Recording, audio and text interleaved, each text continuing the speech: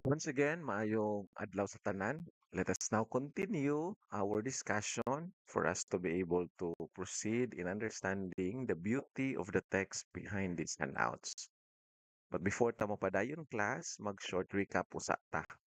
Last time we discussed the first paragraph. First sentence tells us that ethics is central in the life of teacher. Naa kani siya sa tunga, kay naa kani siya dakong papel sa kinabuhi sa matag magtutudlo.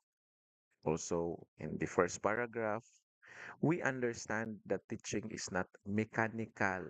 Dili lang ni about sa pag-transfer of knowledge. It also involves values, relationships, judgments, responsibilities, and moral commitment.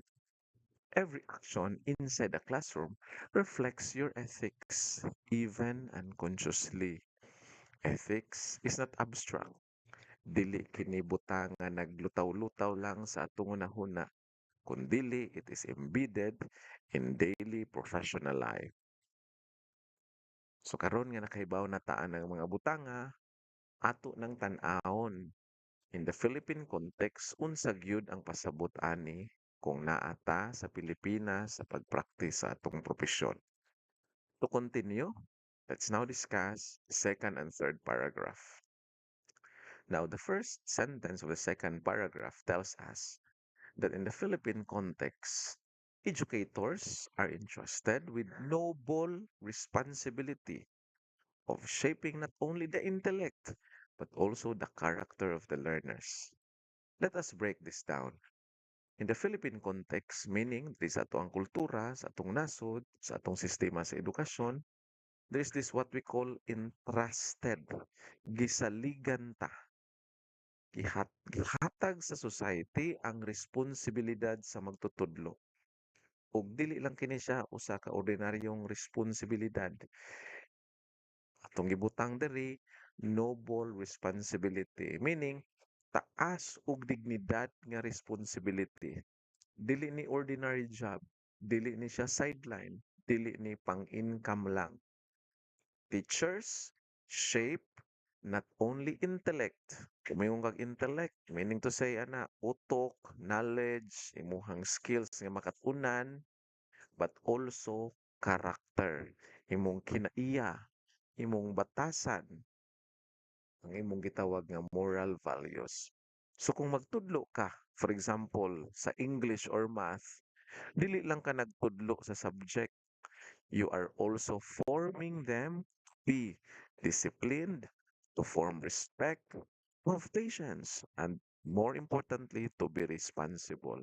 So panguntanay mong kaugalingon, kung wala ka integrity, isip usa ka magtutudlo, unsaon nimo pag-shape sa karakter sa mga estudyante? Kaduhang sentence, let's continue. Teachers are expected to model integrity, compassion, fairness, respect, and social responsibility. Importante kaayo ang pulong model.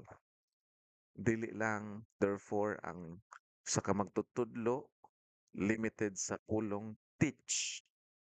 Model means you show it through your life. Ipakita nimo sa imo usab nga nilihukan. Now, let us define words here. For example, integrity. Integrity means consistency between words and action. Kung mayon ka, no cheating, pero ikaw mismo dili transparent sa grades, wala na integrity. Kaduhang pulong, compassion. Aduna kay kasing-kasing. Kita nimo nga ang estudyante nga late permi, basin na di ay sila problema sa balay. Therefore, you do not just look at them through their behavior. Look at them beyond that nga aduna kay kasing-kasing.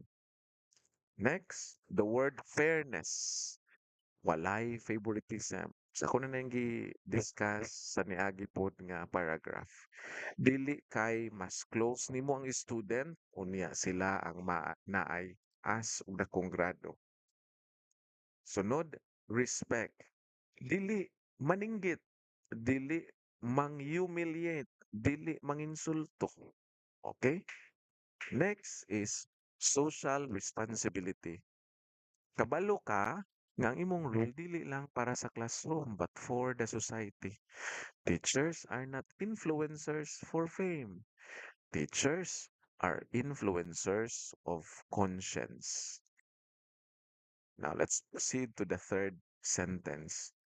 They influence how students understand right and wrong, justice and injustice, dignity and oppression, and care and indifference. Okay? So, sa kasabutan ni, it's actually a very powerful sentence.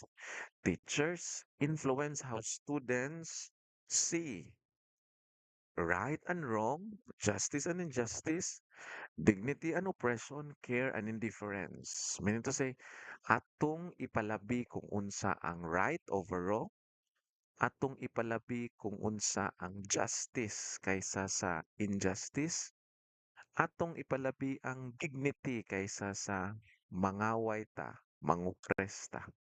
Ug ato ang ipalabi ang care kaysa sa pagkawalay, pagpakabana.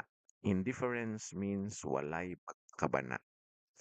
So kung unfair ka sa grading, students will learn. Okay ra di ay ang injustice. So kung manginsulto pud ka, students will learn. Normal ra di ay nga pwede ra jud ta mang-humiliate tao. But if you treat them with dignity, they learn.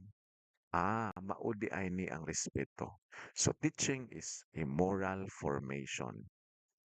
Now, proceed to the fourth sentence of the second paragraph.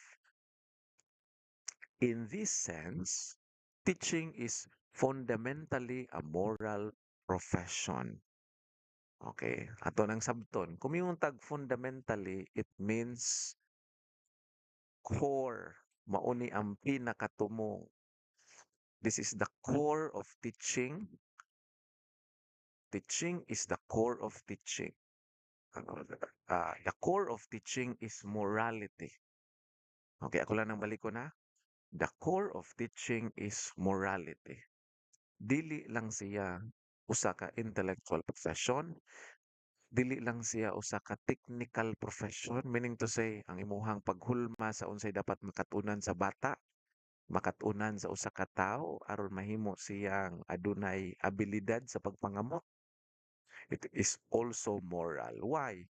Because it deals with human growth. Ang pagtubo sa tao dili lang sa height, dili lang sa imuhang nakabahuan, but apil na pod ang imuhang batasan. So that human dignity will also grow ug mudako pod ug muhayag ang imong kaugmaon. Kung engineer ka, you build bridges. Dili ka muguba og bridge. Kung doktor ka, you heal bodies. Dili nimo patyon ang tao. Ug labaw sa tanan, kung usa ka ka-teacher, you shape a person. That leads us to the final sentence of the second paragraph, which states, the ethical quality of educators directly shapes the moral culture of school and ultimately of society itself. Now, again, this is a very deep sentence. Ethical quality of teachers that is tantamount, equivalent na siya sa gitawag nga moral culture of school. Kung ang teacher honest, fair, compassionate, ang school pod mamahimong safe, respectful, and value-driven. Okay? Kay at the end of the day, kinsa man ang nirepresent sa eskwelahan? Ang mga magtutudlo. But if teachers are corrupt, abusive, and unethical, the school also become a toxic place. Dili taganahan mo adto eskwelahan ang mga estudyante dili makatun sa saktong batasan. Remember, students bring school culture to the society. Okay? Ang estudyante nga ni-graduate ana nga eskwelahan, kung unsay kultura ana nga eskwelahan, maunay dadon niya sa iya unyang pagpanarbaho. So teachers indirectly shape the society. Now, diri lang sa takutob, since my recording has been 10 minutes already. Salamat kasi papaminaw. Hopefully you learn something from this short recorded presentation. Maing adlaw sa makausap pa ka na tong tanan.